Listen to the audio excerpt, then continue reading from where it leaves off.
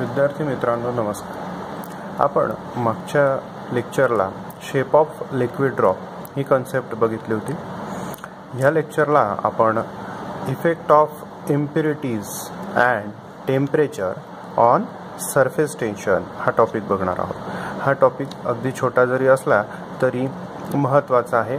या टॉपिकवर मागच्या 2 वर्षापूर्वी बोर्डाच्या पेपराला सुद्धा MCQ विचारला गेला होता. अगदी सिंपल आहे बघा. सरफेस टेन्शन लिक्विडचं जर इम्प्युरिटी त्याच्यात ॲड केल्या तर काय होतं आणि जर त्याचं लिक्विडचं टेम्परेचर जर आपण वाढवलं तर काय होतं ते आपल्याला बघायचं आहे. फर्स्ट पॉईंट बघा, it is depend on degree of contamination. म्हणजे काय की तुम्ही जी इम्प्युरिटी त्याच्यात ॲड करणार आहात ती किती प्रमाणात आहे, त्या कंटॅमिनेशन त्याचं किती आहे त्याच्यावर डिपेंड करतं. A highly soluble substance like NaCl when dissolved in water surface tension increases. लक्षात ठेवायचं आहे, हायली सोल्युबल NaCl वॉटरमध्ये जर आपण सिम्पली त्याला डिझॉल्व केलं तर ते पूर्णपणे सोल्युबल होऊन जातं, पूर्णपणे एकजीव होऊन जातं आणि म्हणून ते हायली सोल्युबल आहे वॉटरमध्ये, लिक्विडमध्ये. म्हणून अ हायली सोल्युबल सबस्टन्स जर असेल तर सरफेस टेन्शन इन्क्रीज होतं. म्हणून समुद्राचं पाणी जे आहे त्याचं सरफेस टेन्शन हे सुद्धा मॅक्झिमम असतं. त्यानंतर दुसरा पॉईंट लक्षात ठेवायचा आहे, weekly soluble substance when dissolved in water like phenol surface tension decreases. म्हणजे इफेक्ट ऑफ इम्प्युरिटीजचा काय इफेक्ट होतो आपण बघतोय. इम्प्युरिटीजचा दोघं प्रकारे इफेक्ट होतो. सरफेस टेन्शन वाढतं सुद्धा आणि सरफेस टेन्शन कमी सुद्धा होतं.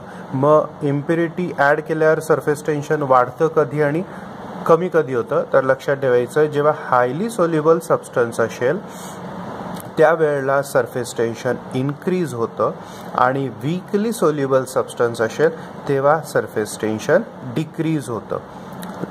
जेव्हा फेनॉल असेल, फेनॉलसारखे इतर जे समजा ऑइल असेल जे वीकली सोल्युबल आहेत ते विदिन लिक्विड होत नसतील असे जे आहेत त्यांच्यामुळे सरफेस टेन्शन वॉटरचं किंवा लिक्विडचं डिक्रीज होतं. आणि जे highly soluble totally within liquid होऊन जातात असे जे सबस्टन्स आपण जर डिझॉल्व केले तर त्याच्यामुळे सरफेस टेन्शन इन्क्रीज होतं. हे लक्षात ठेवायचं आहे. पुढचा पॉईंट आहे व्हॉट अबाउट टेम्परेचर. तर टेम्परेचरच्या बाबतीत लक्षात ठेवायचं आहे, surface tension of liquid decreases with rise in temperature. Surface tension लिक्विडचं डिक्रीज होतं as rise of temperature. Temperature जसं आपण वाढवत जातो सरफेस टेन्शन लिक्विडचं कमी होतं. याचं सिंपल एक्झाम्पल जर सांगायचं झालं तर आपण हॉट सूप जेव्हा आपण पितो किंवा टी गरम चहा आपल्याला जास्त आवडते तर त्याच्या मागचं रिझन असं आहे, जेव्हा त्या लिक्विडचं सरफेस टेन्शन त्या सूपचं टेम्परेचर मॅक्झिमम असतं तेव्हा त्याचं सरफेस टेन्शन कमी झालेलं असतं आणि सरफेस टेन्शन कमी झालेलं असल्यामुळे तो आपल्या टंगवर मॅक्झिमम एरियामध्ये स्प्रेड होतो आणि त्याच्यामुळे आपल्याला त्याचा स्वाद व्यवस्थित घेता येतो. आणि हेच कारण आहे की आपल्याला हॉट सूप जास्त आवडतं ॲज कम्पेअर टू थंड कोल्ड. किंवा चहा गरम असेल तर गरम चहा जास्त आवडते. ती का? कारण त्याच्या टेम्परेचरमुळे त्याचं सरफेस टेन्शन कमी झालेलं असतं आणि त्याच्यामुळे ते ओव्हरऑल टंगवर मॅक्झिमम एरियावर स्प्रेड होऊन आपल्याला मॅक्झिमम जास्तीचा स्वाद त्याचा घेता येतो. तर हे 3 पॉईंट सरफेस टेन्शनच्या बाबतीत लक्षात घ्यायचे आहेत. इम्प्युरिटीच्या बाबतीत लक्षात ठेवायचं, जेव्हा इम्प्युरिटी ॲड केली जाते सरफेस टेन्शन वाढतं सुद्धा आणि कमी सुद्धा होतं. मग वाढतं कधी? जेव्हा हायली सोल्युबल सबस्टन्स असेल तेव्हा वाढतं, वीकली सोल्युबल सबस्टन्स असेल तेव्हा कमी होतं. आणि टेम्परेचरच्या बाबतीत लक्षात ठेवायचं, टेम्परेचर वाढवलं की सरफेस टेन्शन हे कमी होतं, लिक्विडचं सरफेस टेन्शन हे कमी होतं. त्यानंतर एक पॉईंट हा महत्त्वाचा लक्षात ठेवायचा आहे, याच्यावर क्वेश्चन विचारले जातात CET किंवा JEEच्या क्वेश्चनमध्ये, तर ते काय आहे, the variation in surface tension with temperature is linear. हे लिनियर हा शब्द लक्षात ठेवायचा आहे. हे ग्राफशी रिलेट करतं. जर तुम्हाला ग्राफ विचारला गेला तर तो त्याचं नेचर कसं असणार आहे, एक्सपोनेन्शियल आहे का लिनियर आहे, हा शब्द महत्त्वाचा आहे. तर variation of surface tension with temperature is linear म्हणजेच काय, as temperature increases surface tension is decreases but linearly not exponentially. Expression काय आहे बघा त्याचं, T equals to T0 1 minus alpha theta.